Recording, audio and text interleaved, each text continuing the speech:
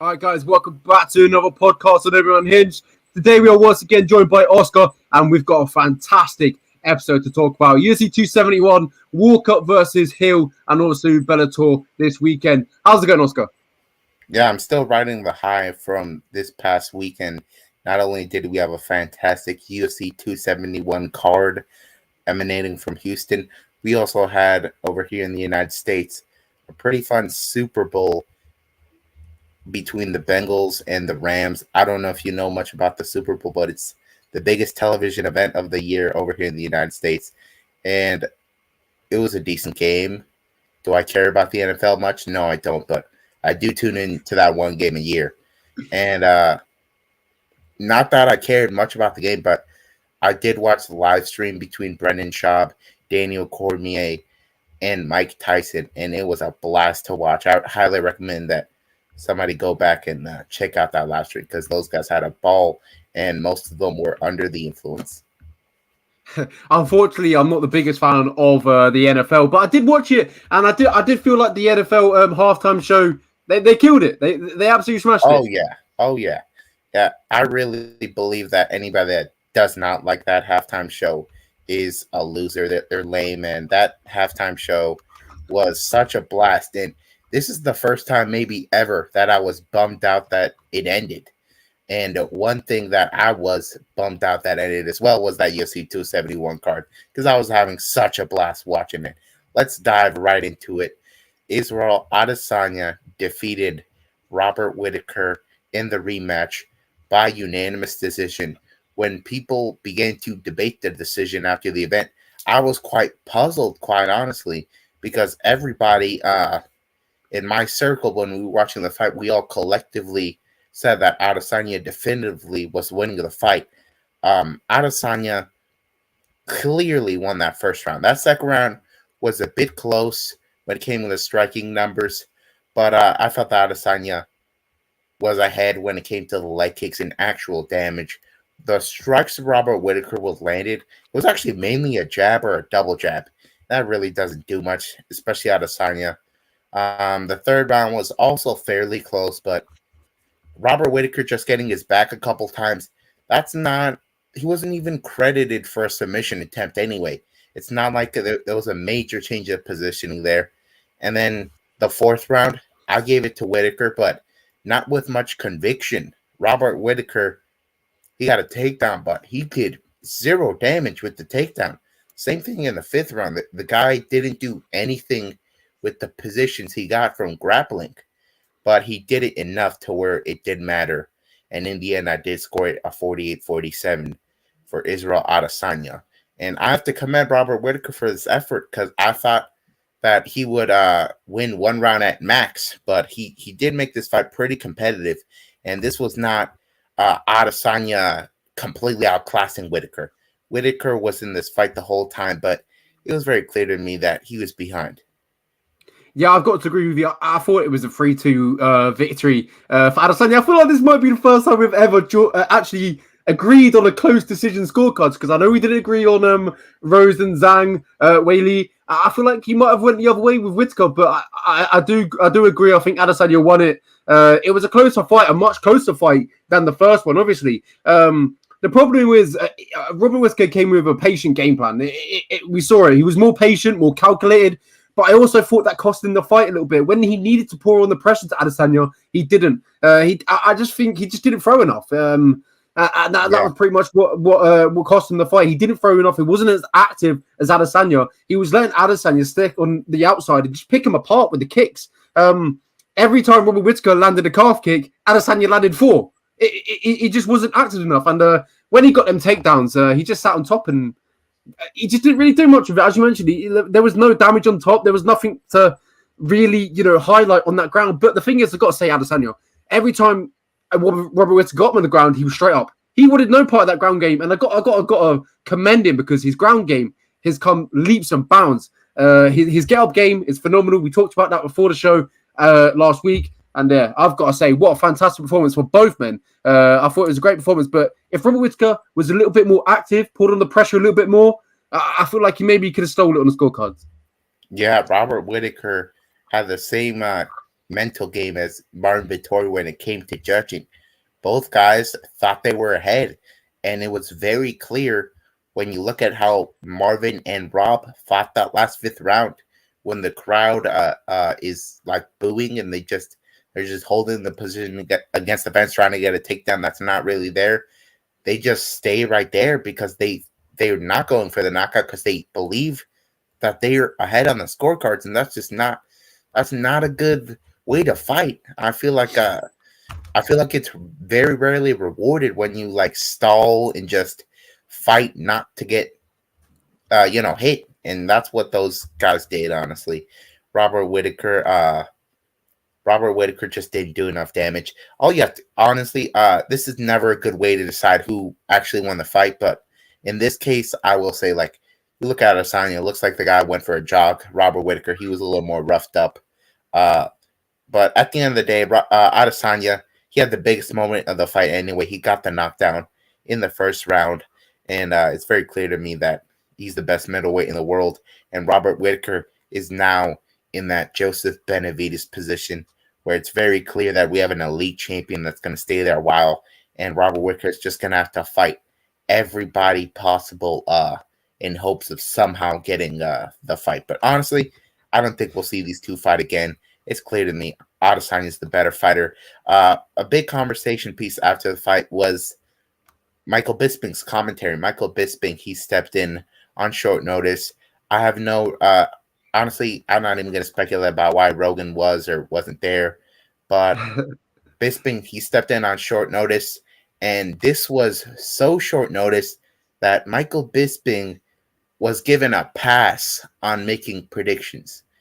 Commentators cannot make predictions about the fights because, then it creates a bias. Michael Bisping had already made his pick at Adesanya. He had a YouTube video uploaded that Adesanya would beat Whittaker. So, of course, he was going to have that bias. He's an analyst. It damages his credibility when his picks are wrong.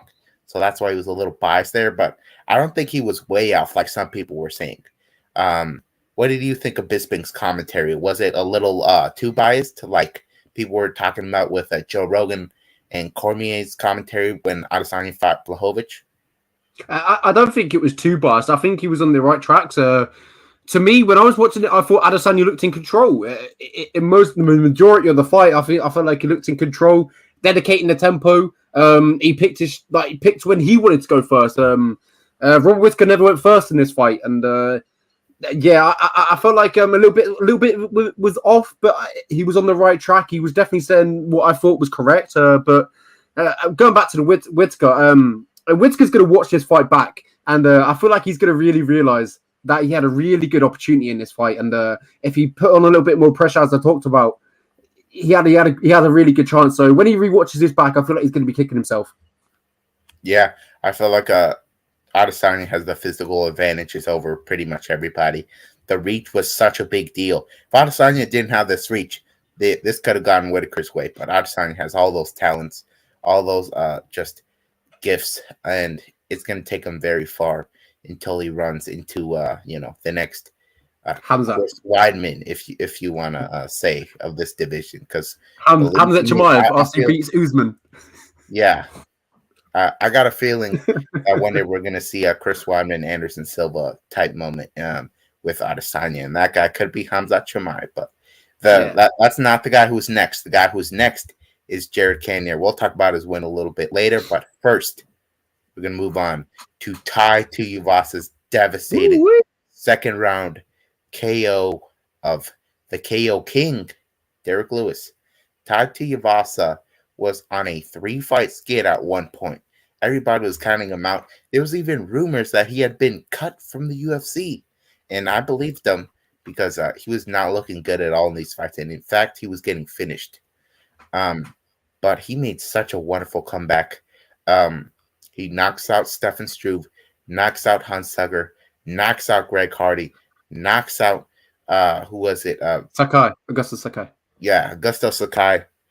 And when he signed on to fight Derek Lewis, I thought it was a very bad idea, quite honestly, because Derek Lewis, he very rarely loses these swing bang fights.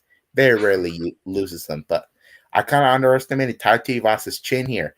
I made the point on this very podcast. I said, Derek Lewis, he never does this, but he can take him down and he can pound him out. And that's actually what Derek Lewis did. He got the record takedowns for his entire career. He got a takedown, and then I think Derek Lewis may have cost himself the fight with this. He does not establish his position. He just goes right ahead for the ground and pound, and that made a very easy opportunity for Tai Tuivasa to get up. But I expected if Derek Lewis were to land those ground and pound shots that he did land, that Tai Tuivasa would go up. But Tai Tuivasa's chin is unbelievable. The guy got back up, and then he went swinging for the fence. Tai Tuivasa is unbelievably ballsy. And then come that second round, he tags Derek, and he lands a devastating elbow, and Derek Lewis face plants, and Tai Tuivasa gets the walk-off KO, just like his mentor, Marcon. This was such an excellent moment, and Tai Tuivasa has now climbed into the top 5 of the heavyweight division. That's a sentence that I did not predict I would be saying in 2022, but what a marvelous moment. I feel like he was the MVP of the night, and that's why he got that performance of the night bonus. What do you make of Tai Tuivasa's performance? Yeah, you said top 5. If we're going to be precise, he's number 3 in the world. And I want to bring up a line that he said after that Greg Hardy fight. I watched it back after the fight, and I just think, wow, you know what? Maybe Derek Lewis should have learned what he said that night. After he beat Greg Hardy, he got on the mic and he said, "I'm not the right guy to bang with. Pick another bloke." And Derek Lewis tried to bang with Tai Tuivasa, and yet again, it didn't go his opponent's way. I feel like if you're going to come in there and swing with Tai Tuivasa, 2 people have learned that lesson now: Greg Hardy and now Derek Lewis. And it's crazy to think that Derek Lewis lost a swinging and banging match, as you mentioned. It baffles me. It really does. This was a proper heavyweight showdown between 2 titans. I loved every single minute of it. And when have we ever seen Derek Lewis face planted like that? It was crazy. When was the last time? Maybe against Roy Nelson, I think it maybe was. I believe it was against who was it? Matt, the meathead. I forgot what his last name is. Oh, Matt Mitrione. Yeah, Really? Matt Mitrione was the last guy to knock him out. Crazy. Yeah, that was like over 10 years ago. Wow, there we go. I've got to say, number 3 in the world now for Tai Tuivasa. I'm going to say it. I feel like there might be a title shot next to him because he's so well liked. His following is massive. And we've seen it in the past with the UFC. They throw these guys in there with massive followings and building up their reputation with how good they're doing inside the octagon. And I feel like this is another occasion that we could see Tai Tuivasa not be in the heavyweight title fight because Ngannou's not going to be fighting, but maybe an interim heavyweight title fight. Yeah, if John Jones can now work things out with the UFC, I really don't think the UFC will care too much because they got a hot prospect in Tai Tuivasa knocking on the door of a title shot. Stipe Miocic is always there. I think that's probably not going to happen for Tai.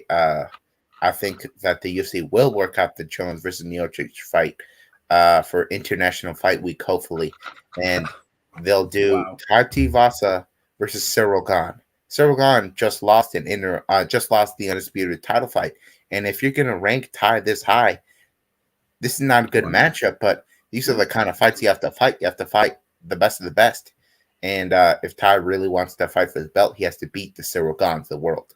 Which do I think he beats? No, but hey, he does have a puncher's chance. That's very true, as we learned here against Derek Lewis. So Tai Tuivasa, he had the biggest victory of his career, and I really think this was the passing of the torch, as Tai Tuivasa said in the post-fight press conference. Derek Lewis is now getting a little older. Tai is only 29 or 27. He's not even 30 yet. So I think we're going to see at least another decade of Tai Tuivasa's career in the UFC, and it's going to be a very fun one to watch. He's been inside the UFC for 10 fights already. It's gone so quick. Yeah, Tai's been very active. That's one thing that Tai's done a very good job of. He last fought in mid-December of last year. The guy's been he's been riding a train of momentum, and this was the pinnacle of it. And it would be really cool to see him get even another win on this streak. But quite honestly, I don't think he will. But hey, there's a lot of fun options for tattoo busts out there. And we'll move on to another second round knockout via elbows. Jared Cannonier got the KO against Brunson. He was the first one to beat Brunson. Everybody, I was seeing so many people in the betting community picking Derek Brunson here because he was the underdog. He has a style to beat Cannonier, this and that. They were judging Cannonier like he was another of these young guys who have the flaws. Like first of all, Darren Till was injured in that fight. Jared Cannonier was not injured. Edmund Shabazian, massive cardio issues. Kevin Holland, the takedown's a huge hole. But Jared Cannonier is not like these guys. This guy had unbelievable takedown defense. Great takedown defense. So many takedowns were defended by Jared Cannonier in this fight. He defended 10 of 13 takedowns. And once Derek Brunson got that takedown, Jared Cannonier popped right back up, just like Adesanya in the main event. Jared Cannonier has an elite get-up game. And all that wrestling, that tired out Derek Brunson. But that was not before he scored a knockdown in that first round. I thought Jared Cannonier was in danger of getting knocked down himself. And then Derek Brunson slaps on the rear naked choke. And that may have been a case where Jared was saved by the belt. But the second round started, and Derek Brunson immediately was looking tired from all that wrestling.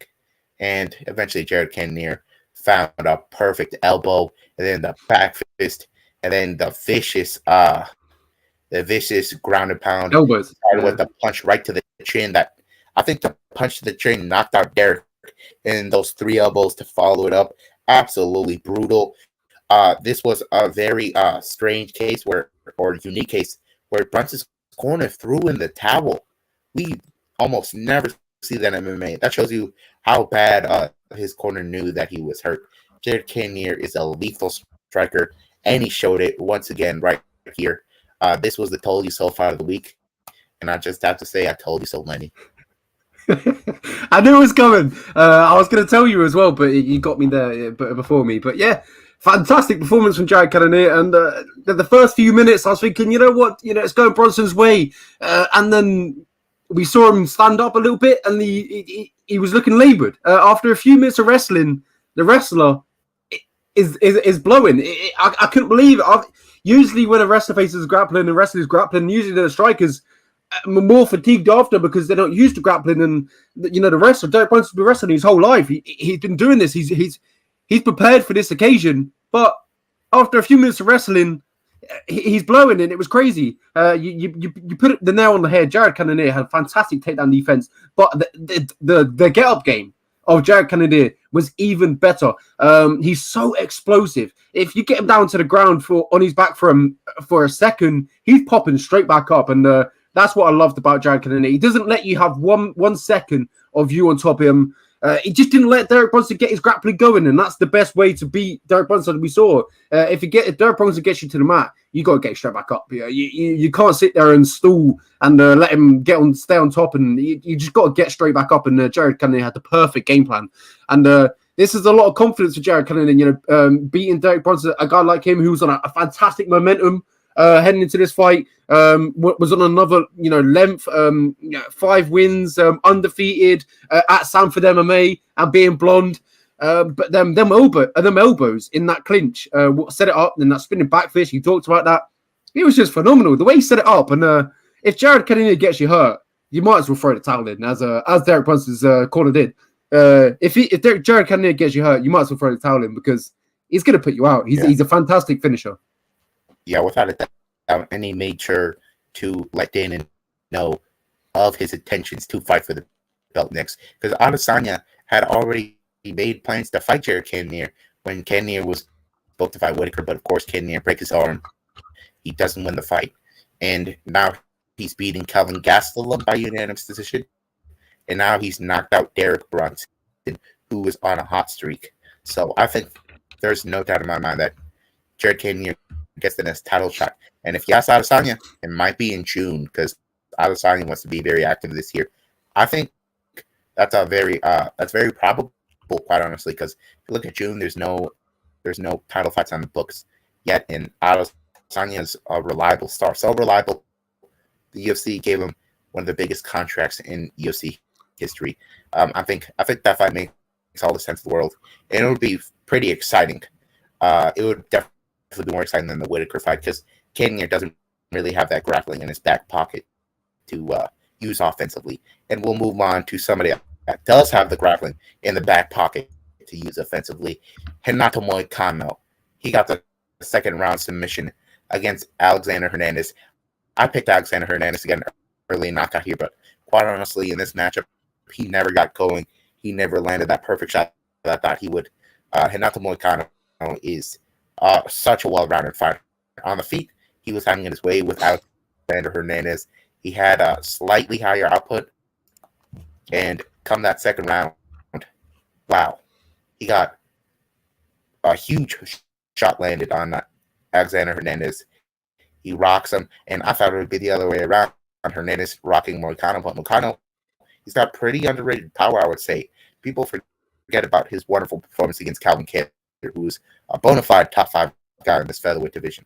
But Moicano is looking better than ever after he rocks him. He gets the rear naked choke against Alexander Hernandez in Hernandez's hometown. And I feel like Hernandez might be regretting getting this fight moved to the main card because he just got choked out in front of more people than he would have had he not been on the prelims. So, yeah, really awesome performance by Moicano. I feel like this is a spot where Moicano is now set up to be one fight away from getting a ranked opponent in this lightweight division.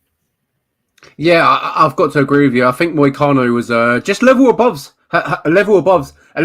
above Hernandez in this fight, and I believe in the career as well. The way Alexander Hernandez burst onto this the scene, getting that knockout win against Darush, and then he lost against Cowboy, and he hasn't looked the same since Cowboy. He hasn't looked that confident, young, brash fighter that we were used to when he was fighting before he fought Cowboy. He was young, he was brash, spoke with confidence, and we just haven't seen that. And I feel like Cowboy really knocked his confidence down, and we were kind of seeing the repercussions of it.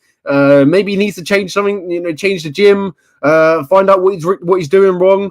But if he's on his game, he could be a phenomenal fighter, the top 15. But Moicano just had his number in this fight, and I think what was more impressive as well is that post-fight interview from Moicano. One of the best I've seen in recent times. He calls out his own country because they have no respect for him. It was crazy. I loved every second of it.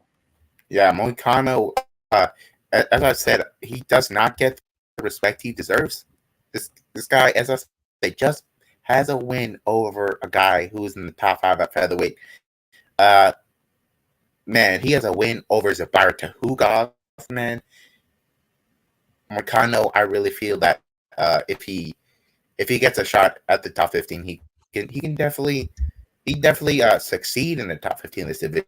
And this is the best division in the UFC. That's not bantamweight. So, yeah, give Moicano his respect, you Brazilians, and everybody in the MMA community. And we'll move on to Bobby Green's unanimous decision win over Nazareth Haqparast. Bobby Green did exactly what I expected him to here. He made Nazareth Haqparast throw air balls.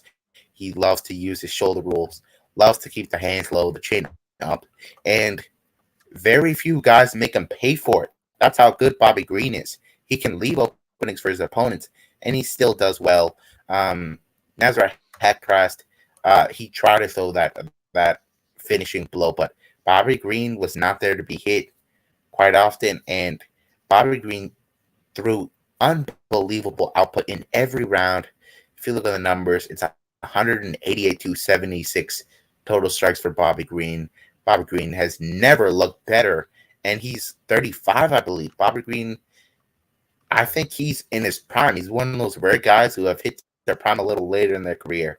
And this is a guy that's in the same spot in Moicano, I believe. I believe he's one fight away from the top 15. So why not have those two guys fight? I want to see Bobby Green versus Renato Moicano.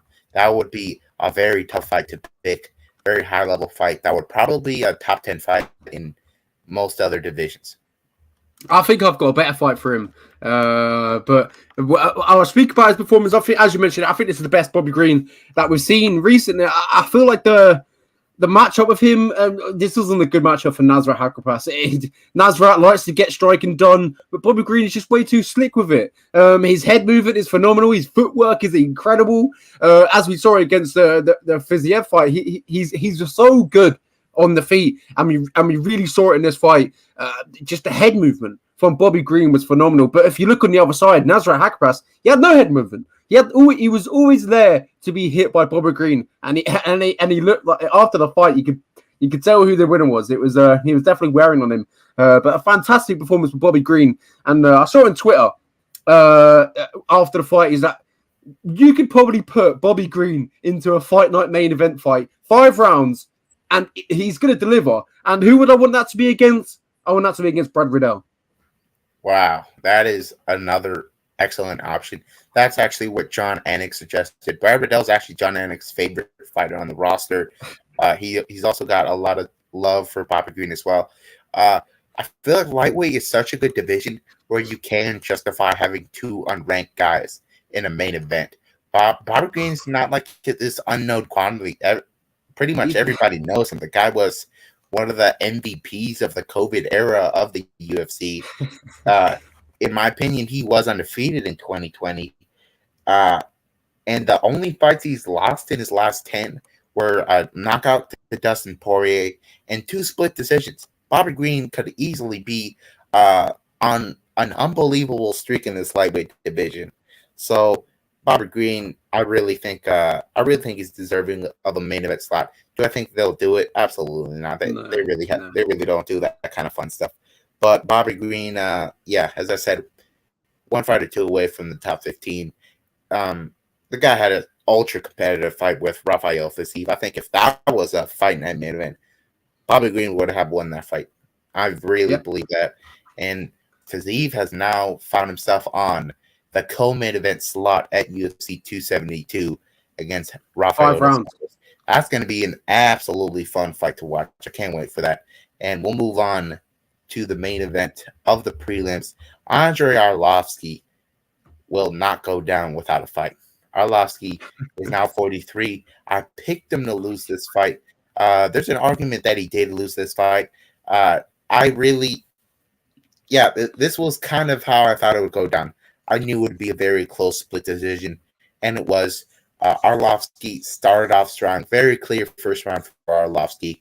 Second round, Jared Vanderaa barely edged it out. That third round was a bit of a swing round. If you look at the fight as a whole, Jared Vanderaa outstruck him by 31 strikes, and that's what I predicted. I predicted Jared Vanderaa would have a higher output, but it didn't matter in the end because Arlovski just barely did enough.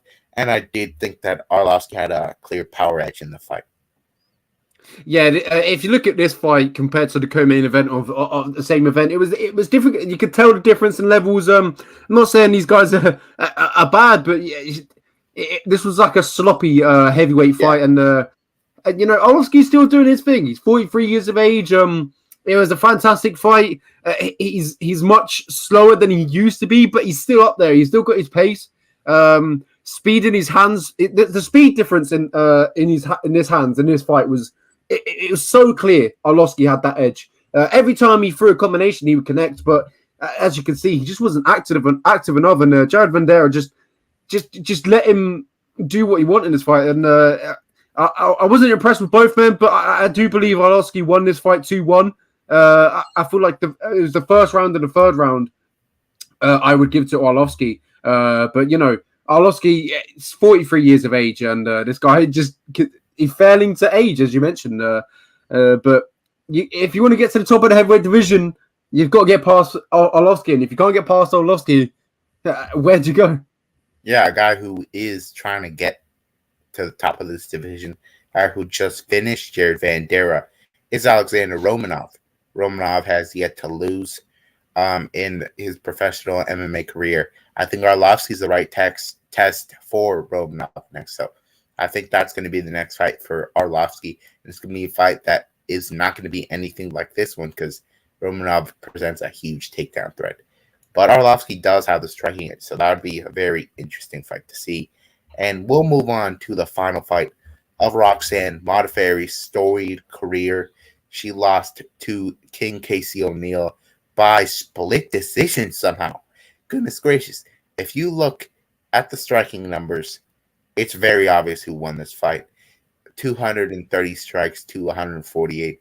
Casey O'Neill had the third highest output of anybody in a 3-round fight in UFC history. The most fights ever landed by a female in a 3-round fight. She had the striking one of the highest striking outputs ever. Roxanne Modafferi was never a good defensive striker, never a good offensive striker really either. But Casey O'Neill very underdeveloped, I would say, when it came to striking. So this was a very fun fight to watch. This was kind of a brawl here, and on a lot of events, this would be a decision for a fight of the night, but it was not because there was a bunch of great fights on this card. Casey O'Neill did what she had to do here. She kept on the feet. As I said, I said on this podcast that she would keep it on the feet. Roxanne would not be able to out wrestle her like she does her other opponents. Casey O'Neill also didn't go for any wrestling herself. And yeah, this is a really high output performance for Casey O'Neill. And now it's time for yet another step up in competition after she's 9-0. Yeah, Casey O'Neill was just better on the feet. That was the story of the fight. She was always beating Roxanne Modafferi to the punch, and which we know that. We knew Roxanne Modafferi, wasn't the greatest of strikers. She was better at wrestling, and her striking's, very slow and sloppy. But I do believe this was the best striking performance that we've seen from Roxanne Modafferi, and it was her last ever fight. Which I mean, if I could say to her, the one thing I'd say is that carry on. You've kind of still got it. Our striking looked better. It looks much better in the last fight compared to this one. And this is her last fight as well. So it just shows that she's always improving. And she had a fantastic career. But as you talked about, Casey O'Neill, her striking's still developing. And I do believe when she does step up to fight these better strikers, I feel like her day will come, and she's going to lose that but hopefully, obviously she knows what she needs to work on now. If you look at her face at the end of the fight, it kind of tells you that Roxanne had a lot of success in that fight. Yeah, it was very close. But fantastic career from Roxanne Modafferi. She's a women's pioneer. Most, as you talked about last week, the most MMA fights in women's mixed martial arts. She's done it all. She's fought inside the UFC. She's fought in Strikeforce. Man, congratulations, Roxanne Modafferi. She had a fantastic career. And as we now move back to Casey O'Neill, a step up is definitely needed, but I'm worried for the step up. Yeah, Casey O'Neill has made it clear in interviews that she wants to take a slower path to the title shot because she knows how inexperienced she is, and it kind of showed in this fight. There were some spots where she didn't have to be as aggressive. She kind of could have picked apart Roxanne from a distance, but she's just so young and enthusiastic. She went right there in the pocket, and she took a ton of damage herself. Her eye was really beat up, man. She had a black eye after the fight. Had to show up to the after party with Adesanya with a beat up face. But yeah, she obviously won this fight. The fact that one judge gave it to Roxanne Modafferi. That one judge was a rocket scientist, apparently. I've got his name if you want it, so who can find him. Robert Alexander. Yeah, Robert Alexander. You can study all the science you want. Disgraceful. You don't know anything about the science of MMA, man. I don't know what the guy was watching. Maybe he got their names mixed up. That's the only thing. That would make me believe that he actually thought Roxanne won this fight. I mean, I've got to say, what is the commission doing, letting a scientist judge an MMA fight? I don't even get it, man. They had referees being judges. Moicano, yeah, that was a bit weird too. There was the usual Texas buffoonery on these cards. Unfortunately, we didn't get some crazy robbery like I feared we would. But yeah, good performance by Casey. She's got stuff to work on, but it's obvious that she's getting better on a fight-to-fight basis. I look forward to her next fight. I believe it will be the winner of Alexa Grasso versus Joanne Wood. That's the right fight for Casey. And we'll move on to Kyler Phillips' third round triangle choke armbar of Marcelo Rojo. Kyler Phillips was a huge favorite in this fight, and I always agreed with it. Marcelo Rojo, he's a very low-level guy. He's a very dangerous guy. He's a really tough finisher, don't get me wrong, but it's obvious that he doesn't have the clean striking. There's huge holes in his grappling game and his cardio as well. Kyler Phillips had his way with him the entire fight. He had a high output on a constant basis, and eventually, as I said on this podcast, he should just take him down and submit him. That's what he did. The guy's been doing BJJ his whole life, and there's holes, as I said, in Rojo's ground game. He got that armbar with pretty much high amount of ease. And yeah, really good bounce back for Kyler Phillips after a tough draw against Howley and Pipe. Well, actually, it was a loss, but let's be honest, it was a draw. What do you think about his performance here as a huge favorite? Yeah, Phillips is an absolute beast. He's an animal. His striking looks phenomenal in this fight, as ever. But what impresses me most about Kyler Phillips is the way he mixes it up, and we saw it in this fight. He mixes it up. He goes through his wrestling, and he goes back to his striking. He's so fluid with it. It was a fantastic win for Kyler Phillips to get back into that win column. A good bounce back win, as you mentioned.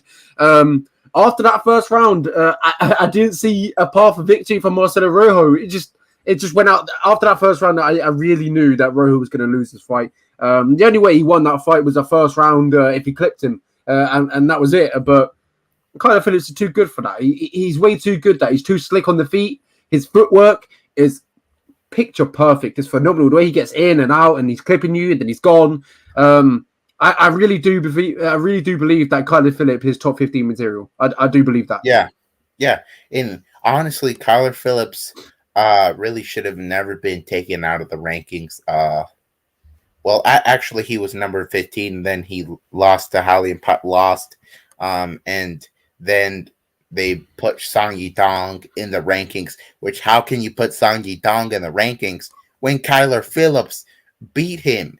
It makes zero sense. These rankings, I agree with them. I would say 70% of the time, but sometimes the rankings panelists make absolutely dumb moves, and that's one of them. Kyler Phillips is not ranked, and Song Yidong is. That makes no sense to me.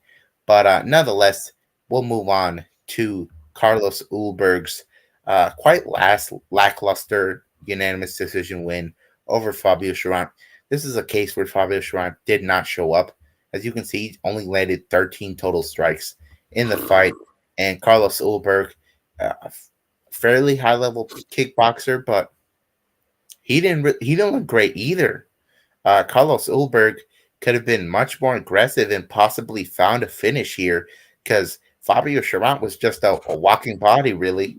That's all he was. Kept the guard high, didn't really have any kind of aggression here. Fabio Cherant, I'll tell you something else too. That black belt of his is very suspect. I don't think the guy's got a. I don't think he's got a real black belt. I don't know who gave him a black belt. I don't know if he bought one off of Amazon or something. But the guy is not a high level grappler in my opinion. Carlos Ulberg, as I just said, the guy has 7 MMA fights, and before that it was all stand up. And the guy gets 2 takedowns, and it's over a minute of control time, and there's no submission threat from Fabio. I could not be less impressed with Fabio. I think he's going to get cut 3 in a row. He's lost now. 2 of them were finishes. I thought Carlos would finish him, but as I said, not impressive, not aggressive enough. Not really a lot to talk about with this fight, but there was a ton to talk about with this next fight. Mana Martinez lost a unanimous decision to Ronnie Lawrence. He very clearly lost the first 2 rounds. He was in all kinds of trouble. He was getting dropped every time Ronnie landed clean.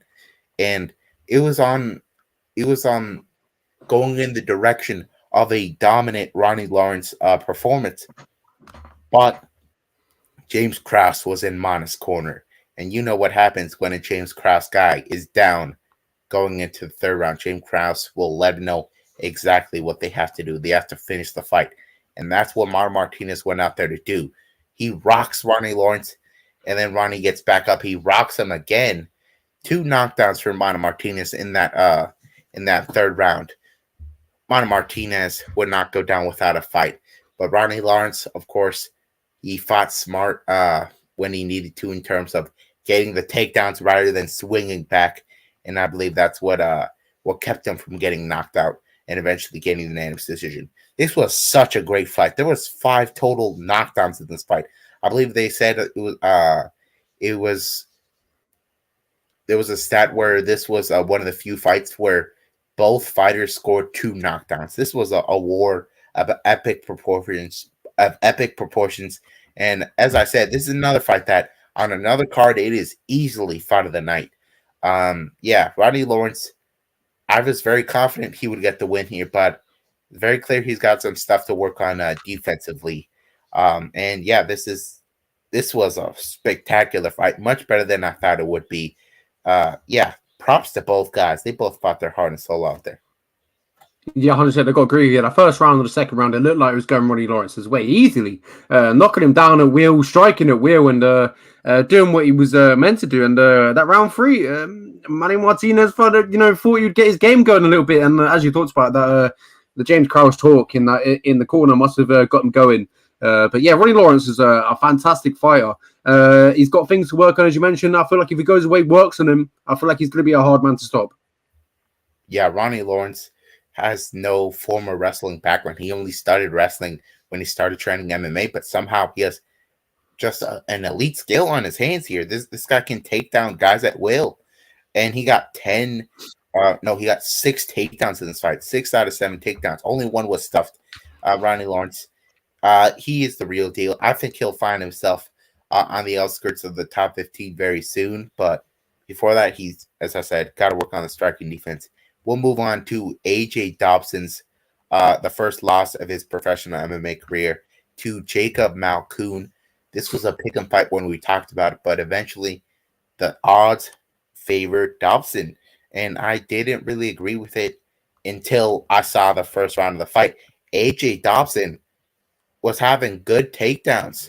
I'm not intoxicated at all, guys. I'm not. AJ Dobson was somehow stopping the takedowns. I was very impressed. He stuffed 10 takedowns in this fight. But as I said on this podcast, after the first round, it goes in Malcom's way. AJ Dobson got tired. Malcom got the takedowns a little easier. And even though he is Robert Whittaker's BJJ coach, he's a purple belt. He's gone to the ADCC trials. He's a position over submission kind of guy, and that's what he did.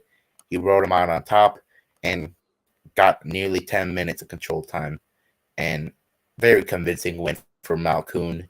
Tough first round, but Malcom he's a tough guy. He's fought Abdulrazak Alhassan and AJ Dobson, and he's muzzled them both. And he's done very well against these powerful strikers. I feel like you might want to have a different matchup for Malcom next. Maybe a grappler, because it's very clear that he can beat these first round KO guys that aren't named Phil Halls. Yeah, 100%. I got to agree. After that first round, Malcom got his game plan working, and Dobson didn't really have an answer for it. On his back, he sort of didn't know what to do.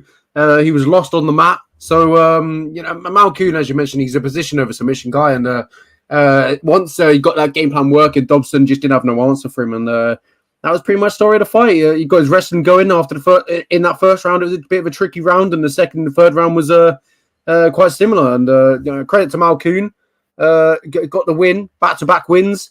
Not really much to talk about there, to be honest. But yeah, it was a great fight. But there is a lot to talk about in this next one. Douglas Silva de Andrade versus Sergio Morozov. Oh my goodness. Yeah, man, these fight of the year contenders, they keep on stacking up.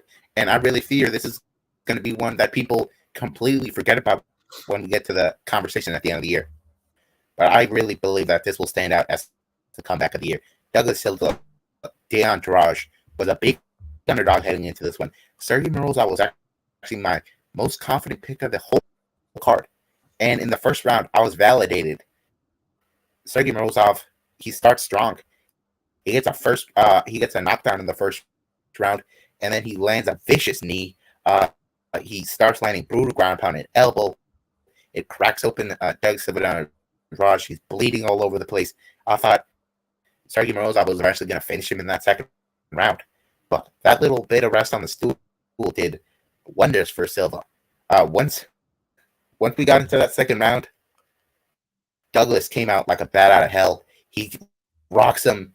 He drops him three times. That would have been a 10-8 round had it gone the distance, but of course it did not. Eventually, he finds that rear naked choke. The guy really never wins by submission, but Morozov was so tired after he got rocked. That was the situation here. Morozov usually has a good gas tank, but sometimes once you get rocked that bad, your body's just going to slow down.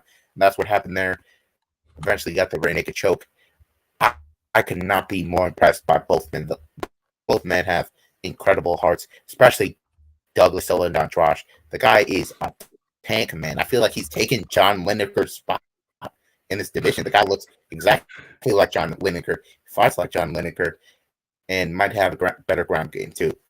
So, yeah, Douglas Silva and Andrade, he has a win over Marlon Cheeto Vera, who's in the top 10, who's a couple of fights away from a title shot.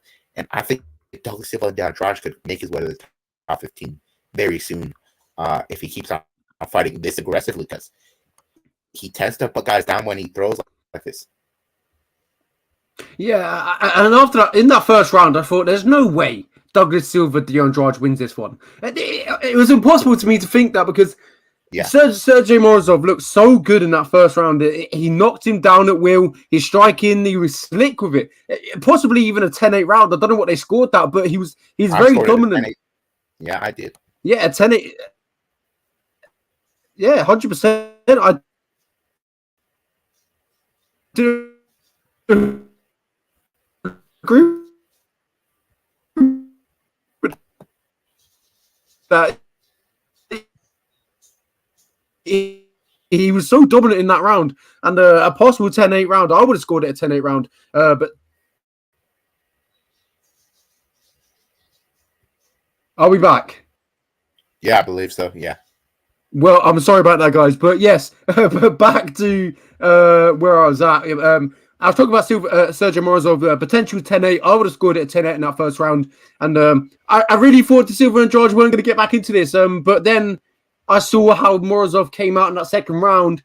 He was laboured. He was gassed. Yeah. He was breathing heavy, and all it takes for Silva and George is one shot, and that was it. It was beautiful.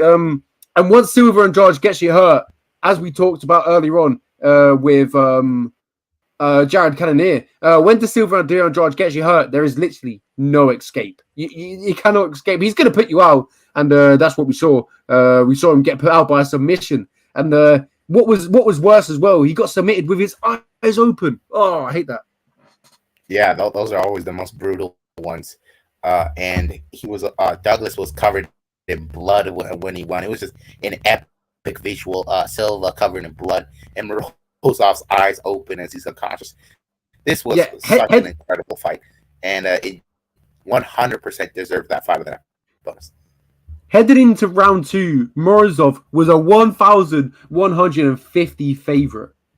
I would have bet it comfortably if I was a rich man, but I'm happy I'm not a rich man in that situation, because, man, Douglas has unbelievable heart. And we'll move on to Jeremiah Wells. Complete mauling of Blood Diamond. Jeremiah Wells had one of the most hilarious starts to a UFC fight ever. The guy was a caged animal. The guy was pacing around, and he trips, and Blood Diamond closes the distance on him. And I really believe that Blood Diamond regrets getting that close to him, because once they were up against the clinch, Jeremiah Wells was the more physically stronger guy by a country mile.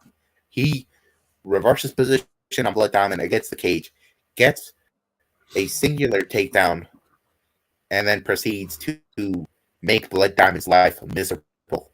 he had the better grappling skills by country mile as well. The guy absolutely dominated him, and he was fighting to get that rear naked choke on multiple occasions.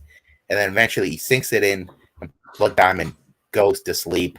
Blood Diamond, in my opinion, is not a UFC level talent. I remember Adesanya and Eugene Behrman said that Blood Diamond was farther ahead in his MMA journey than Adesanya, which is just complete nonsense. This guy has a huge hole in his game when it comes to the ground game, and he showed it here. I'm sure the UFC will give him a second chance, but yeah, this was kind of the Martin Sano of the card. Remember when Martin Sano fought Matthew Semmelsberg on the Nick Diaz card? Blood Diamond is only the UFC because he's Adesanya's friend, and he kind of showed it here. Let's be honest. And Jeremiah Wells, he's not gotten to showing his grappling chops yet in the UFC, and he did it here again. He's put his first two UFC opponents to sleep, and I cannot wait for his next fight. And I believe his next fight will be against Grizzled Vet and Alex Morono. Ooh, I do like that. But talking about Blood Diamond, you talked about he's not UFC caliber, and if the UFC do give him another chance, it's got to be someone who has his experience, and someone who he can beat. And I do believe the winner of Dean Barry versus Mike Jackson. That's a perfect matchup. That's for perfect matchmaking. That's perfect. There we go. As you talked about, Jeremiah Wells had one of the funniest starts I've ever seen in an MMA fight. Runs around the cage, falls over, face plants, but it worked in his favor because Blood Diamond got up in close and he took him down, submitted him. So once he tripped, I thought he was gonna get knocked out because that created a huge opening for Blood Diamond. But yeah, hilarious start for Wells there, but it didn't matter in the end. This is the best performance of his career. If you want to talk a flawless performance, this is basically a flawless performance. We'll move on to the first fight of the night. Maxim Grishin fought William Knight. The biggest storyline heading into this fight was, of course, the 12-pound weight miss for William Knight. I don't know what William Knight is doing taking a short notice fight when he knows he can't make the weight. If I was William Knight, I would never even consider taking this fight. In fact, I would have considered it, but I would have said, let's do it at heavyweight.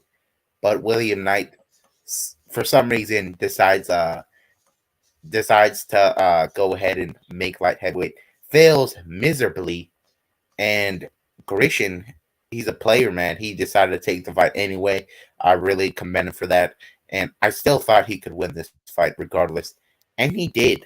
William Knight, it's no mystery that this guy is a knockout or bust type of guy for the most part. William Knight has unbelievable power, but he's got that, low output kind of striking that you expect from most power punchers. And he showed it here. Grishin picked him apart with the leg kicks. And then eventually he started using the wrestling, and then he got the knockdown in the third round, and he was on his way to finishing that fight.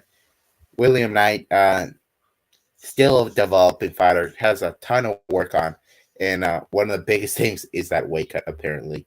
So that kind of caps off our UFC 271 recap. Good performance by Grishin there. But yeah, some of the fights on the card were lackluster, but the vast majority of them were spectacular. I really like that card. I think it's one that we'll be talking about as one of our favorite of the year when it's all said and done.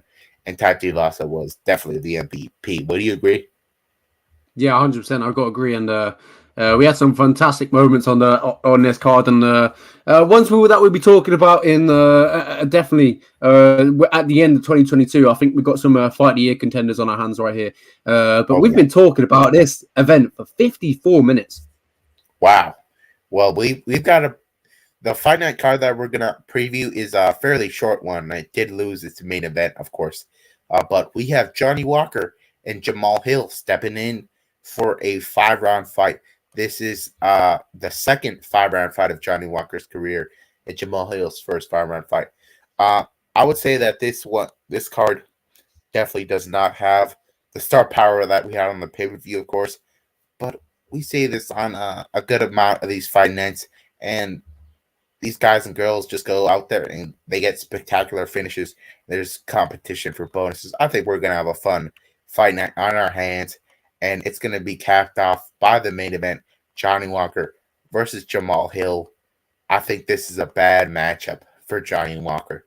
Johnny Walker had unbelievable hype in his first couple of UFC fights. He was getting these insane first minute knockouts. And he's fighting a guy in Jamal Hill who kind of had the similar kind of hype going up, and he was humbled by Paul Craig. Paul Craig has some of the best BJJ in the light heavyweight division, and that's something Johnny Walker can't say. So immediately, the threat of the ground game is not there for either guy, quite honestly. So this is going to be a striking match, and I don't see this going the distance. That's what we said when Walker fought Thiago Santos. But I really believe that Jamal Hill is a more aggressive striker than Thiago Santos. He's not really going to point fight. And let's not forget that those two guys were Brazilians. They had a lot of respect for each other. I don't think Jamal Hill has that kind of respect for Johnny Walker. I think Jamal Hill is going to kill or be killed in this fight. And I think he's going to be the one doing the killing. Johnny Walker is not a durable fighter. A lot of people don't know this because they haven't gone back and looked at the tape, but he's been knocked out in brutal fashion on multiple occasions. And people that didn't know, they kind of knew it after he fought Corey Anderson. Corey Anderson, not exactly the hardest hitter, and he starches Johnny Walker. Johnny Walker, when he fought Ryan Spann, he got put on skates there. He got knocked down big time, and Ryan Spann made the huge mistake of going for a takedown. He could have finished that fight on the feet. So at the end of the day here, I don't believe in Walker's durability. There's no sign telling me that Jamal Hill's durability is not good. He fought Jimmy Crute in his last fight, and he surprised me so much. Jimmy Crute is a very bright prospect, a guy who's very durable, and he puts him out very early in that fight. And this is a good step up for Jamal Hill. I think Jamal Hill gets himself a third-round TKO in this fight. I've got to agree. You pretty much put the nail on the head. Johnny Walker doesn't have a good chin, and we've seen it in the past. We talked about it before we went on air. Before he got to the UFC, there was a fight of him getting knocked out 3 times within like a minute. It was crazy. So Johnny Walker gets knocked out in this fight. There's no way everywhere I can see it going, and I think it's gonna be. I feel like round 1 is a good opportunity for Jamal Hill because he's explosive. We saw it in his last fight. I can't really think off the top of my head who that was against. Jimmy Crute, or yeah, against Jimmy Crute. There you go. When he knocked out Jimmy Crute, I feel like the first round for Jamal Hill was the best round for him, and I feel like he's going to get it round 1, and I feel like he's going to get done early. If you connect and walk his chin, you've always got a good chance of knocking him out. Yeah, Johnny Walker, as I said, not the most durable guy. And Jamal Hill, he fought a very durable guy, Jimmy Crute. Knocks him out in like 3 minutes. Johnny Walker, he fought like he had never fought in his last fight against Thiago Santos. It looked like he was watching Olympic Taekwondo in preparation for the fight. Like I was just point fighting. And I don't see these guys point fighting. Thiago Santos kind of got the fear of God put in him by Glover Teixeira and John Jones when he fought him. He had to fight a little smarter in there because he was taking so much damage in those fights. Jamal Hill is this young guy with only 10 pro fights. I think he's not going to care about getting knocked out. I think he's gonna fight to knock him out. And Johnny Walker in his last fight, I felt he fought to not get knocked out. I think Jamal Hill will intimidate him and find the finishing blow. And if Johnny Walker comes out as the old aggressive guy, he's going to leave huge openings for Jamal Hill to knock him out. So, however Johnny Walker fights, I think this is Jamal Hill's fight. And I think this is going to be a breakout moment for him to win via third-round knockout. And we'll move on to the co-main event. Cal Daukaus has been in such a strange spot for a long time, ever since he got the no contest / first-round submission against Kevin Holland. He's had a myriad of opponents from Brendan Allen, no, not Brendan Allen, Roman Delice, who Julian else? Marquez. Yeah, Julian Marquez, and now eventually Jamie Pickett. And if you look at the opponents, Roman Delice was the toughest one, and then a step down, Julian Marquez, and then another step down, Jamie Pickett. I think this is a pretty easy matchup for Kyle Daukaus, if you ask me. Kyle Daukaus has a very legitimate black belt in Brazilian Jiu-Jitsu. He's the younger brother of heavyweight Chris Daukaus. On the feet, he's always improving. In fact, he was beating up Phil Haas when he fought him. He had Phil Haas in real trouble. And his striking always looks better every time we see him. When he fought Dustin Stoltzfus, he boxed him up. And when he fought Brendan Allen in his UFC debut, he had Brendan Allen's back for about 4 minutes. Kyle Daukaus is a very tough guy. As I said, improving boxing and very dangerous ground game.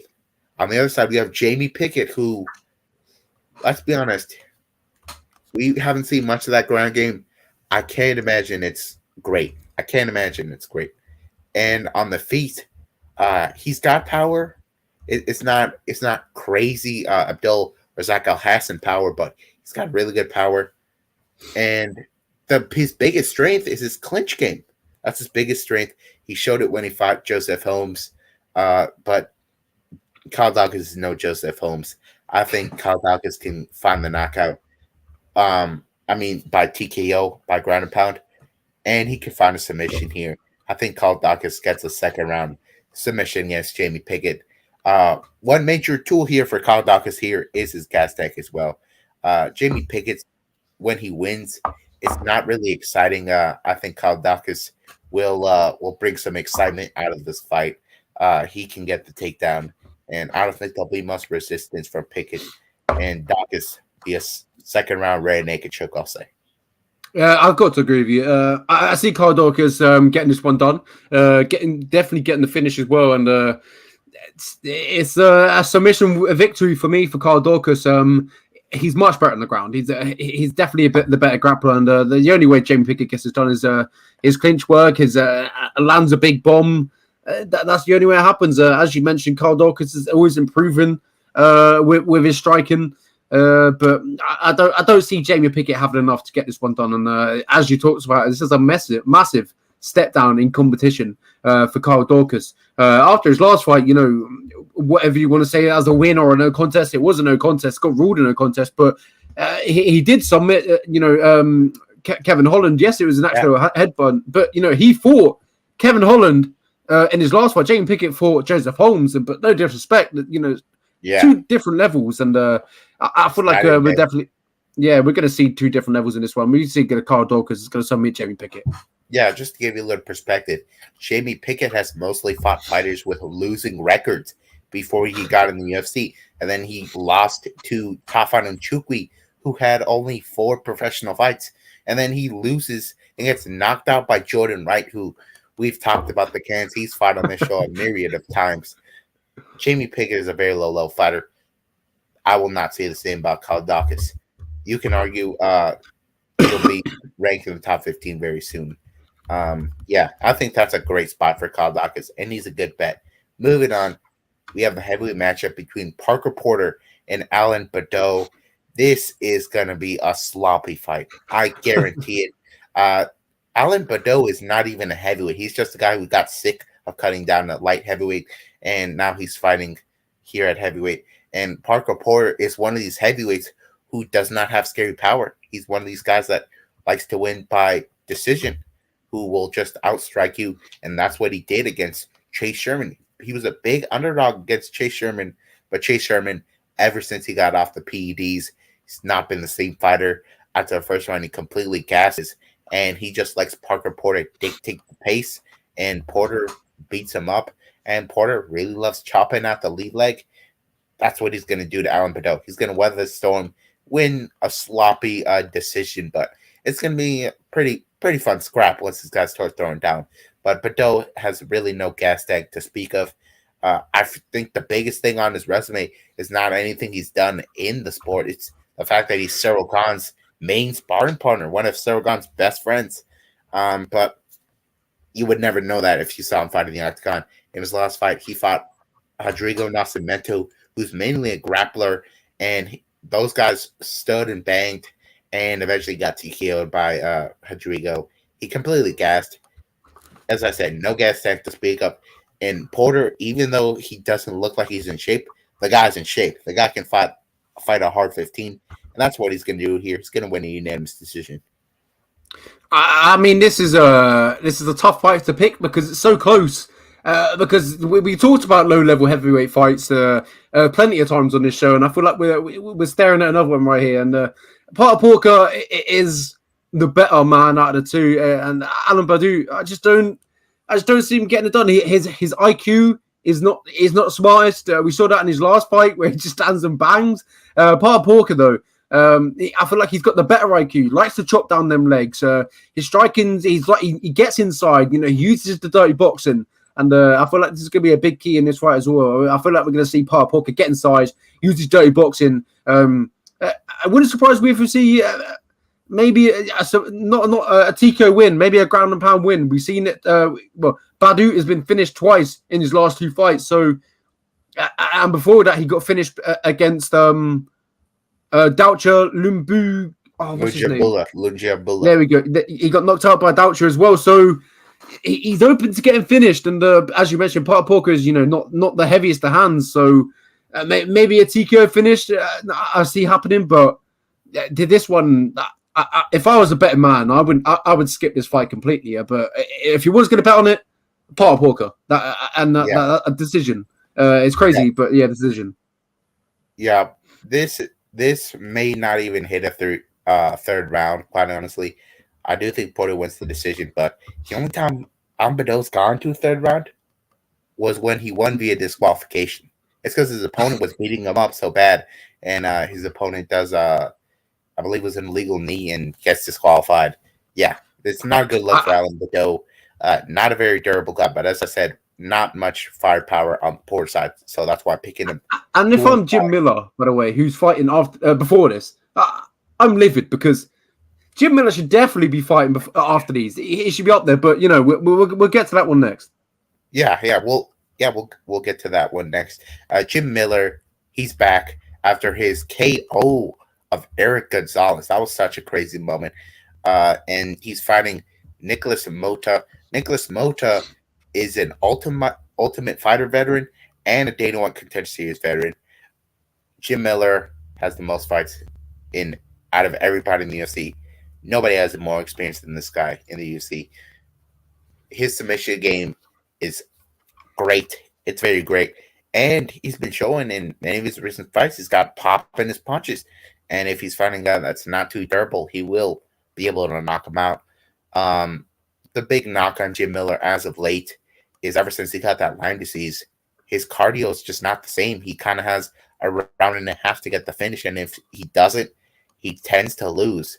And he's fighting a guy, Nicholas Mota, who's very durable, who is pretty aggressive most of the time, and he definitely has knockout power. But he's got a hole in his game when it comes to submission grappling. I think Jim Miller gets a first-round guillotine here. How about you?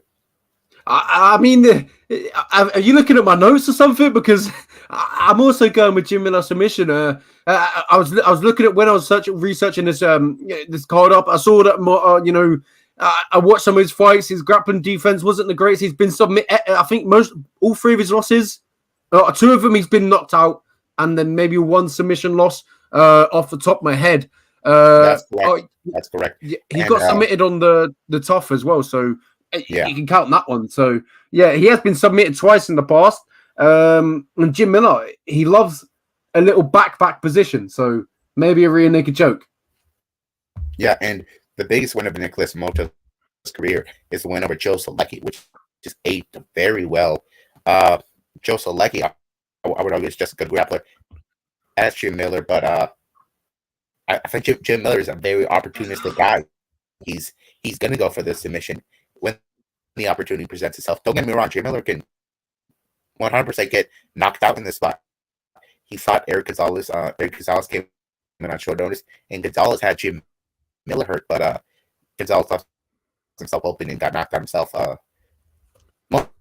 Moda, he could get knocked out here if he gets too sloppy, but I see Jim Miller going for the submission when it presents himself, and I think he's a good bet as an underdog, but via second round submission.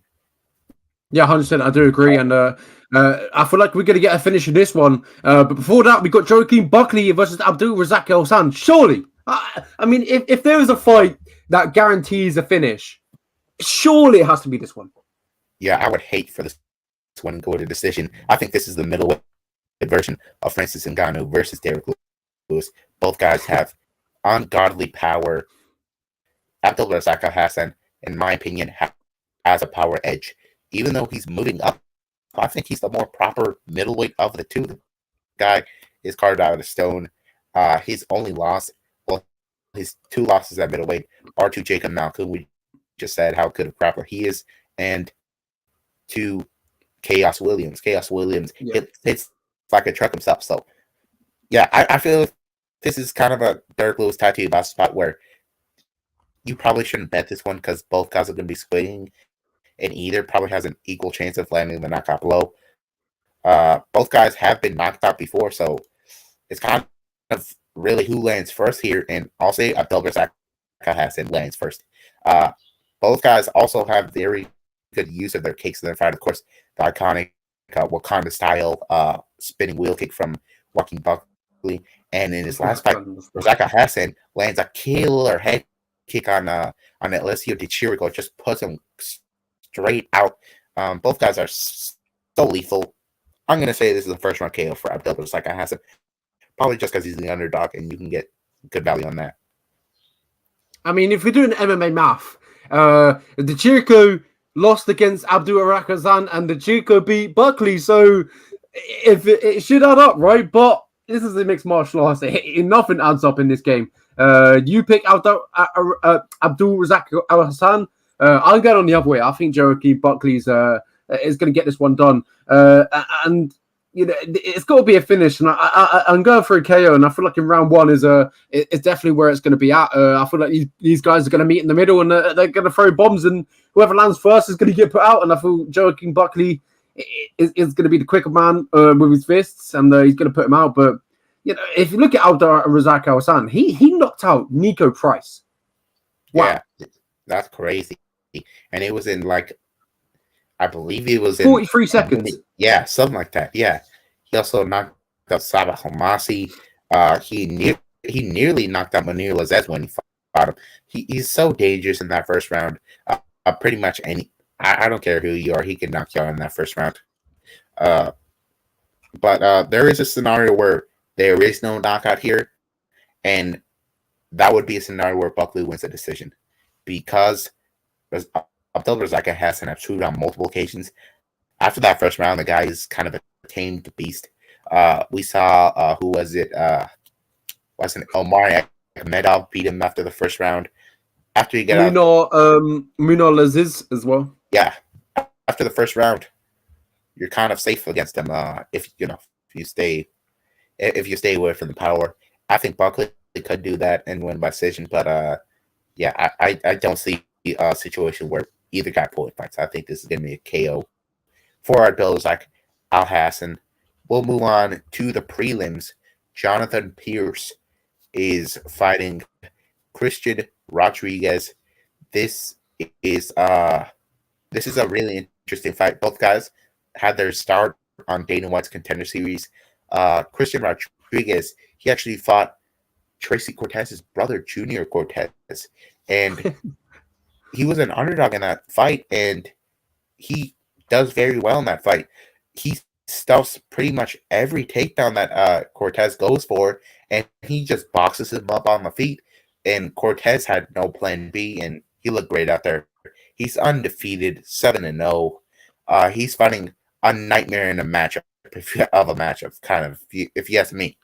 Jonathan Pierce fought Omar Morales in his last fight. Omar Morales was undefeated before he lost to Giga Chikadze.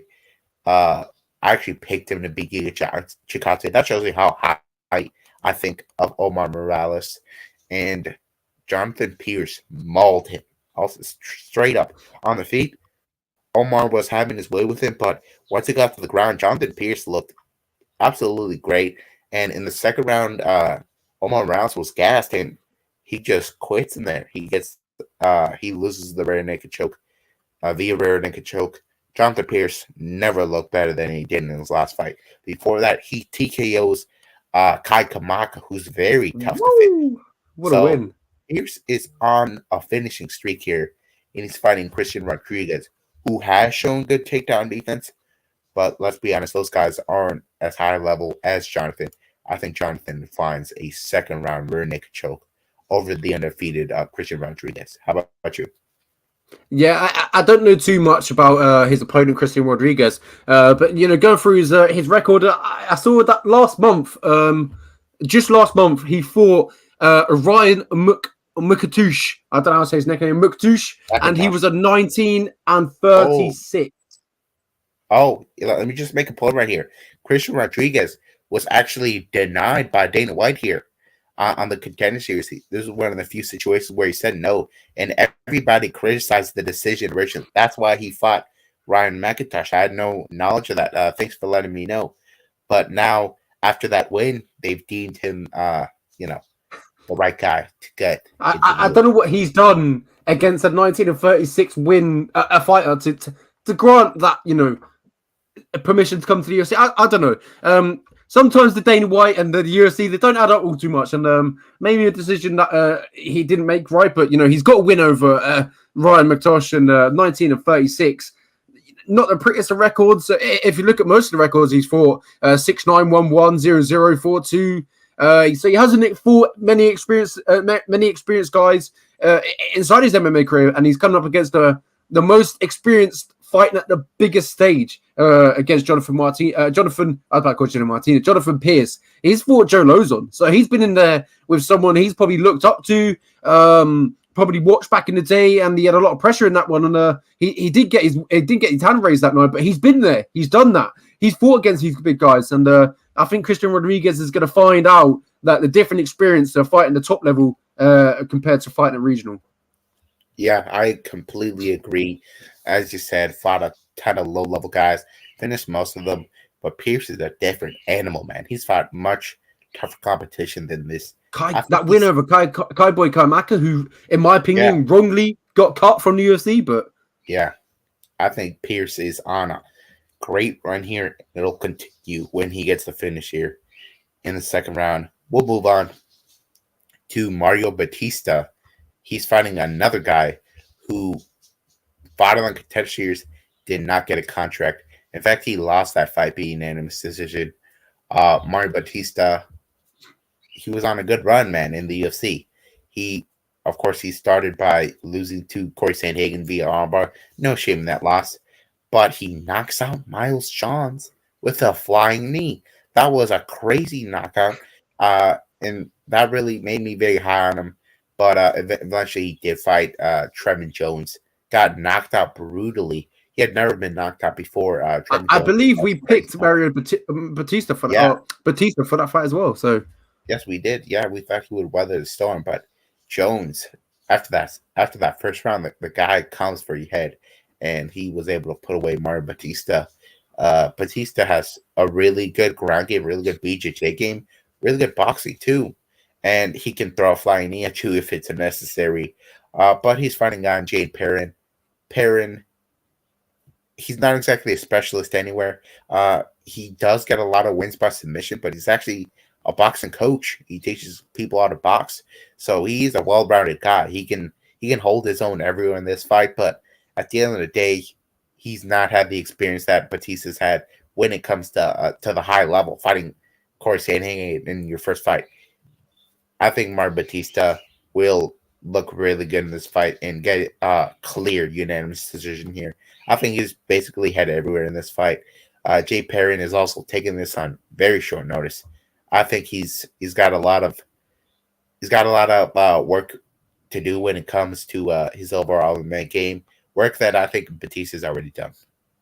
Yeah, I feel like Jay Perrin, as you talked about, he's a boxing coach. He's been submitted in the past in his MMA career, and I feel like that's the possible game plan for Mario Batista. Definitely the game plan he could take, and one that I could see him taking. He's got a few submissions in his career, but not not enough to make me feel confident that he will go for the game plan. But if I'm Mario Batista, obviously I'm shooting for the legs straight away and getting it to the ground. Definitely likely, but Baron Batista, he likes to stand and he likes to trade, so we might see that as well. So this is a good fight, but I definitely see Batista getting it done. Yeah, Perrin has spent most of his career on the regional circuit. Did fight in Bellator, lost via split decision, but He's gone Batista, 0-2 in as I said, Bellator, yeah, Batista beat Jin Yu soon, and then he beat Miles Johns. I think that win over Miles Johns is significantly better than any win Jay Perrin has ever gotten.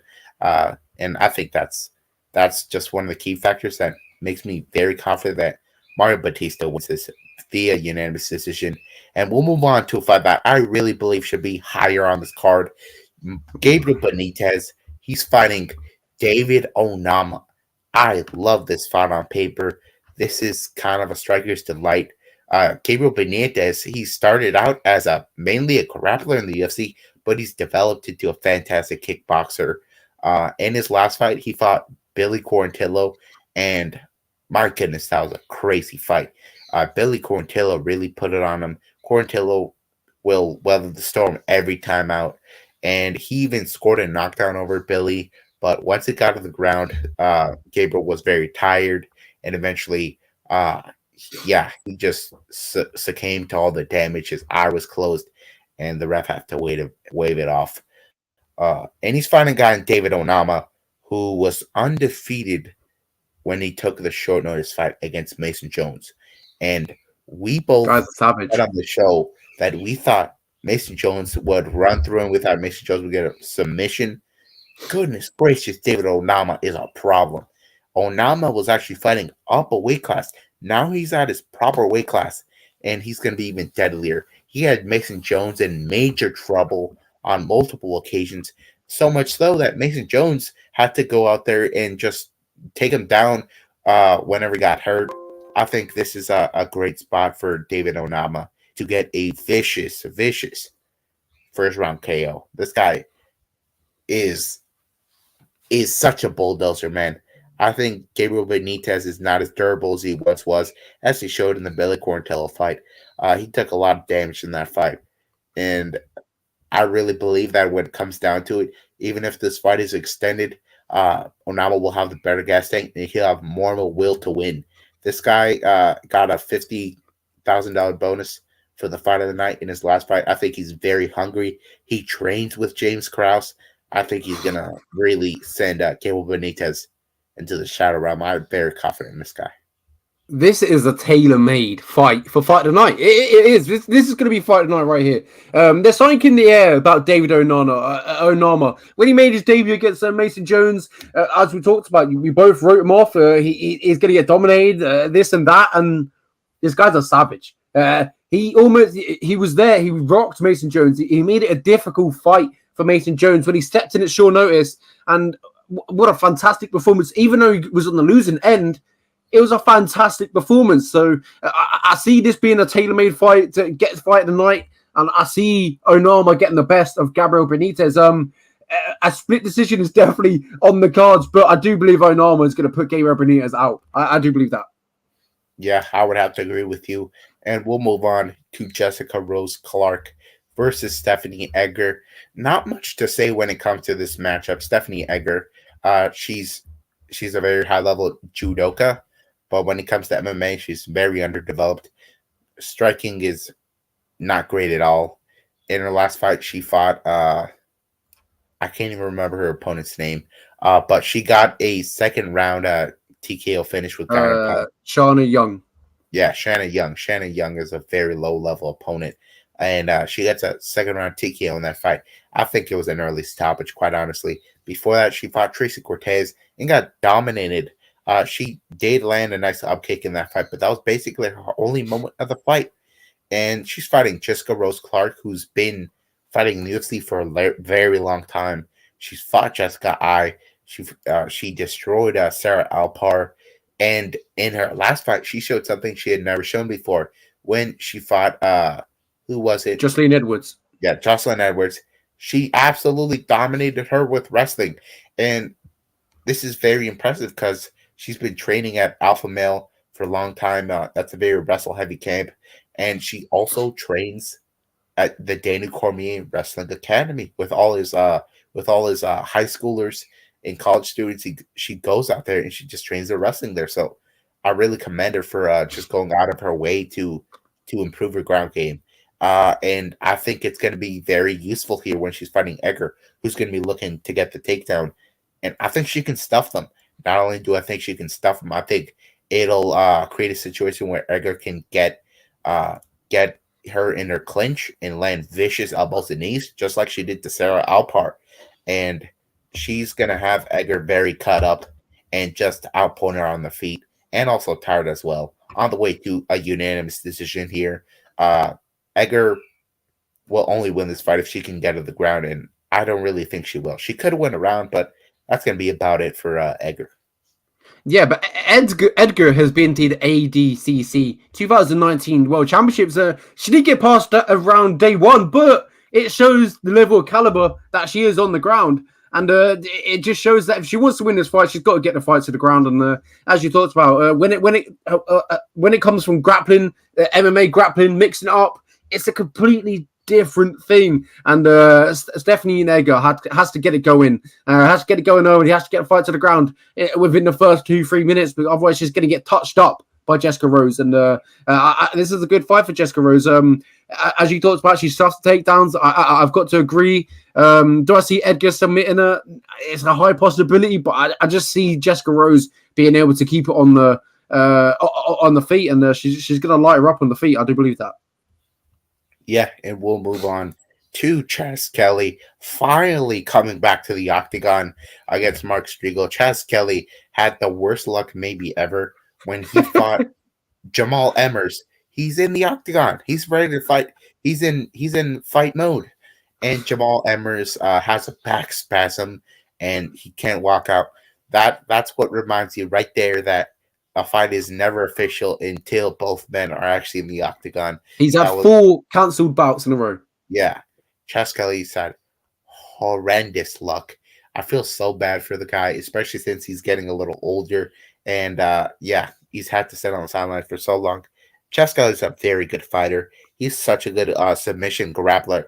He has wins over Jordan Griffin, Chris Grutzmacher, and Sean Soriano, all UFC guys. Only lost to Mirsad Bektic, Darren Elkins, and Jason Knight. Those aren't bad losses at all.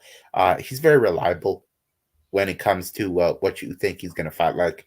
He's got serviceable striking, nothing too high level, but on the ground, that's where he shines. That's his bread and butter. He also trains at Alpha Male with Jessica Rose Clark, with the Uriah Fabers of the world and Song Yadongs. He's fighting Mark Striegel, who is straight out of why? I'm terrible with the country flags right now. I don't know why, but the Philippines. Yes, the Philippines. There we go. Yeah, he's straight out of the Philippines. He's also a submission grappler. He was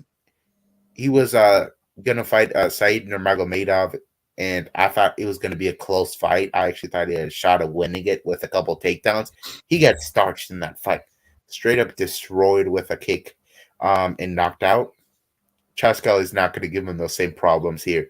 Chas Kelly's going to look to take it to the ground, and with Mark Striegel, there's a serious grappling pedigree here, but I think it's going to be a situation where Chas Kelly is the stronger grappler, and he's going to get the takedown, and I think Striegel will be looking for submissions off his back, and he's never going to find him in Chas Kelly. It's just going to be riding him on top and getting the unanimous decision. That's obviously a code. I think Chas Kelly is the better wrestler here, which I think is what will matter. I mean, this is quite cool because we're seeing an 18-3 fighter versus an 18-3 fighter. I'm sorry, but I thought that I like that for a bit, but it was this is a good fight for both men. Definitely grappler versus grappler matchup, and when I see these type of these type of matchups. I always feel like we're going to see them cancel each other out, and we're going to see who's got the better striking. Maybe both guys won't risk who's going to the ground because they know they're both capable of submitting each other. And if it does go to the ground, I do give that edge to Chaskelly. But if it's then on the feet, I feel like I'm going to side Striegel. He did get knocked out versus the side Nurmagomedov, but that guy's a killer. That guy is a different animal compared to these two. But this is a really, really close fight. It's really a really hard one to pick. Chaskelly, as you mentioned, been in there with some tough guys, got some wins against some tough guys as well, but hasn't been inside the octagon. Well, hasn't fought inside the octagon since 2019. Yeah, that's actually a big factor in this fight. Mark Striegel, he has a win over Kai Car France via first round armbar. That's a high quality win. But since then, you look at the competition he's fought. Not good. I would say he's avoided fighting some of the tougher fights, which Chaskelly has fought those tough fights. So you could argue that Striegel record is a little padded, and on Chaskelly's side, not so much. So don't let the record fool you. I think Chaskelly. Actually think Chaskelly will find a submission in this fight. I'll actually say second round submission for Chaskelly here. Yeah, I'm going to go for Chaskelly decision. I feel like they're both going to cancel each other out, but I'm going to see Chaskelly getting the better of the grappling. But maybe we'll see a striking round, possibly in that first round. So right. This is going to be a slow start to the evening, maybe. All right, we'll move on to Diana Belbita versus Gloria De Paula. This is now or never spot for Gloria De Paula. In her debut, she was set up, in my opinion, she was set up to win, but she just underperformed in the spot. She has a huge hole in her ground game. She fought Jinyu Frey, and that was a fight where she started strong. She lit up Jinyu Frey in the first round, and then Jinyu Frey's corner finally tells her to use your head, start grappling, and that's what she does. She gets completely out-grappled there. And then she fights Cheyenne Vlismas now, and yeah, that was a flat performance. She gets taken down, and then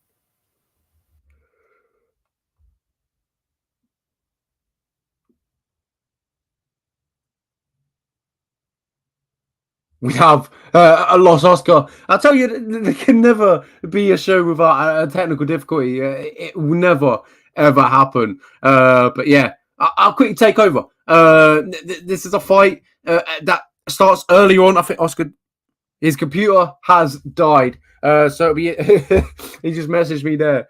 So we'll see if we can get Oscar on to quickly. Sorry about this, guys.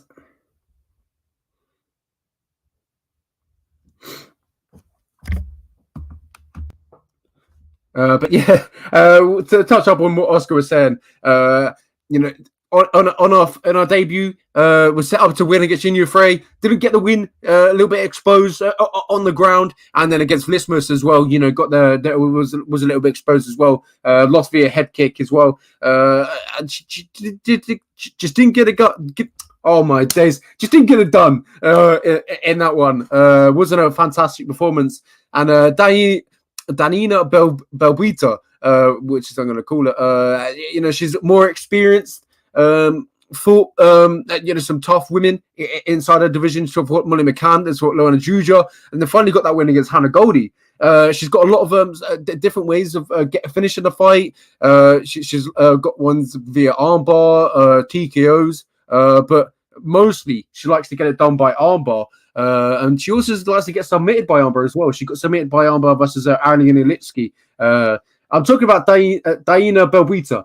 She likes to get it done via armbar.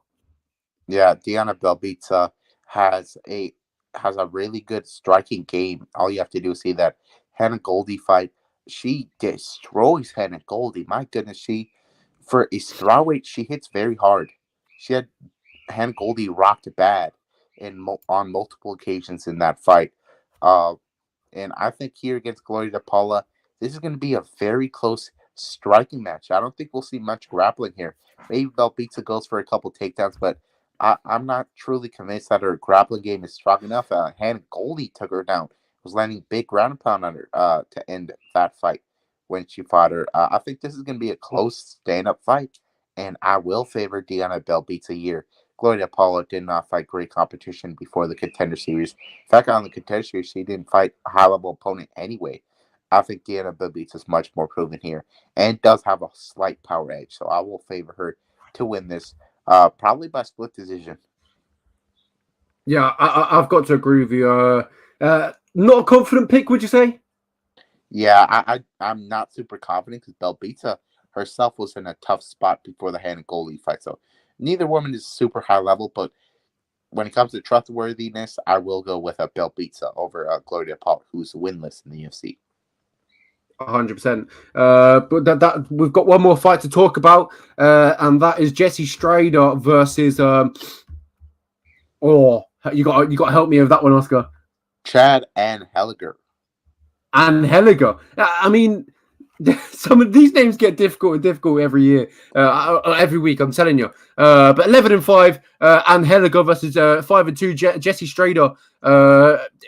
A lot of experience factor. You can see that I heard you 11-5. Definitely the more experienced man. But who is Oscar picking in this one? I'm very confident Chad and Helliger wins this fight. Jesse Strader is a low-level fighter. All I can say about him is that he hits like a truck, and he's fought low-level competition, and that's a really bad recipe if you're fighting a guy Chad and Helliger who fought a Russian wrestler on the Contender Series. He's a huge underdog, and he stuffs all the takedowns, boxes him up on the feet, and gets takedowns of his own. Chad and Helliger is a stud, man, and he's got an excellent gas tank. He had no signs of slowing down up the Contender Series.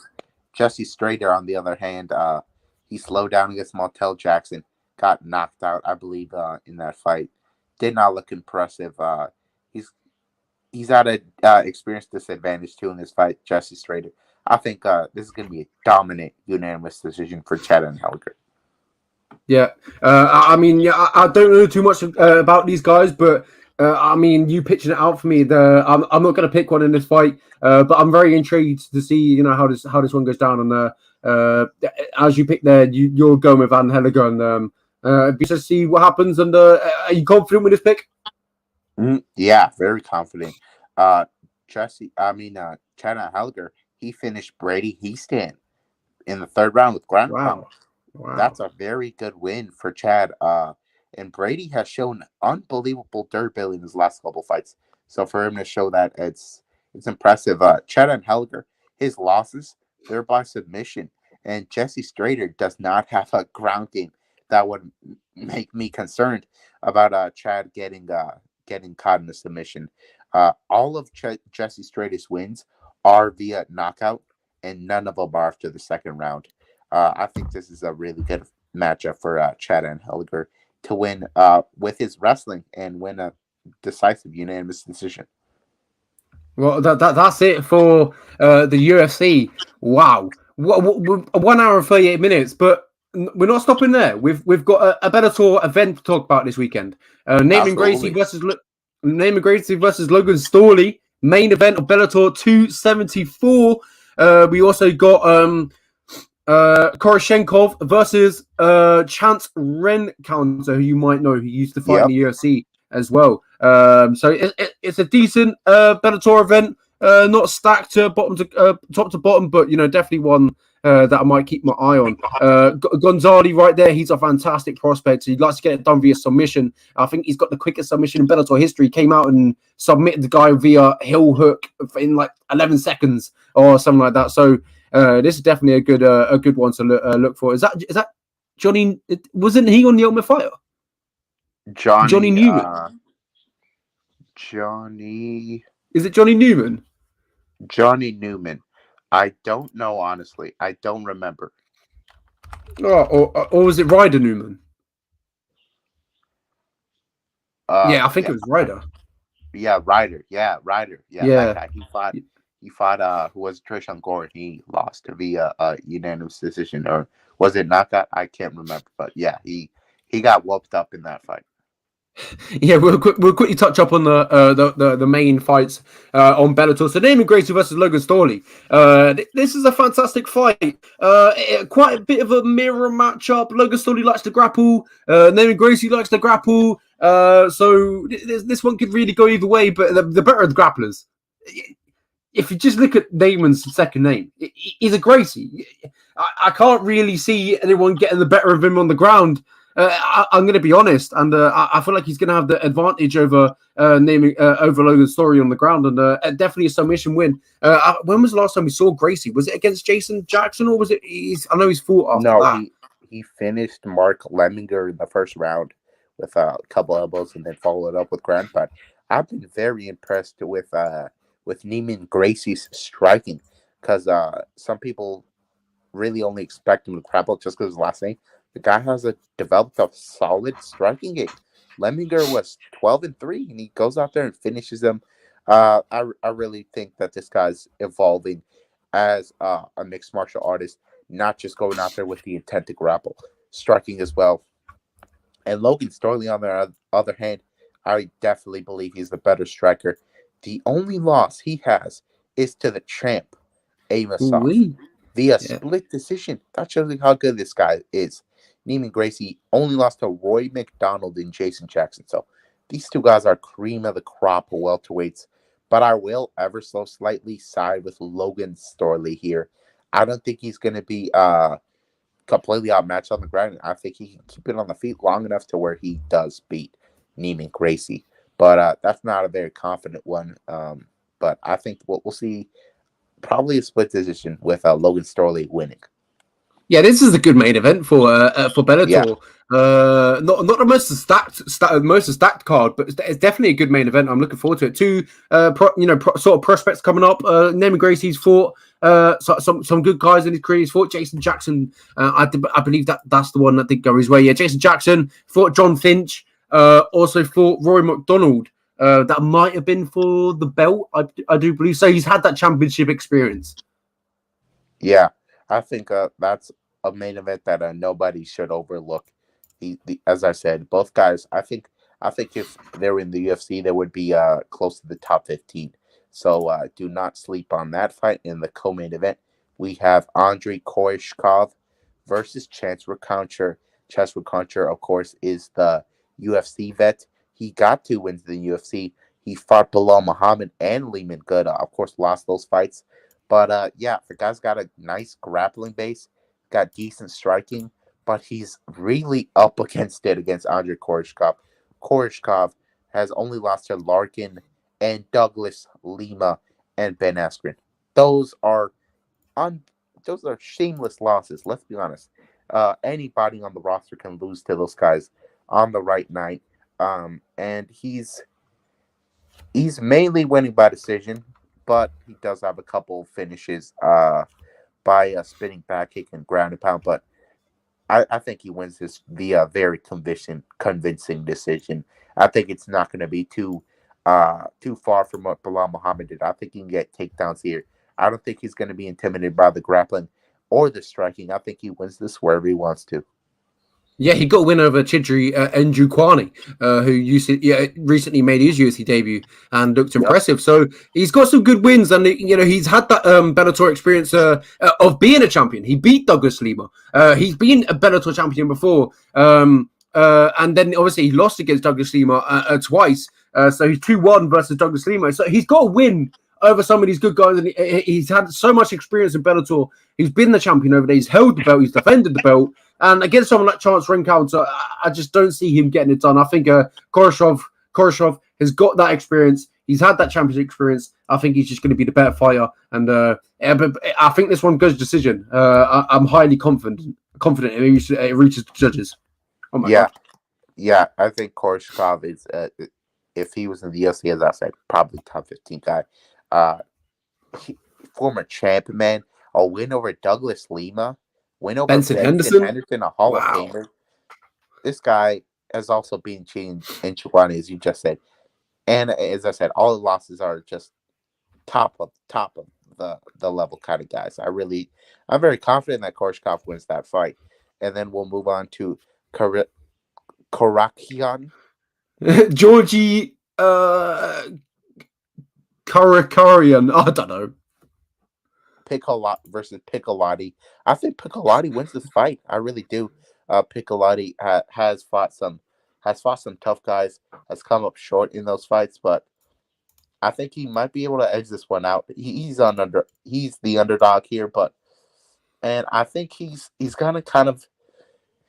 He's had competitive fights with both Sidney Outlaw. Sidney Outlaw's fighting for the belt, by the way, and Benson Henderson.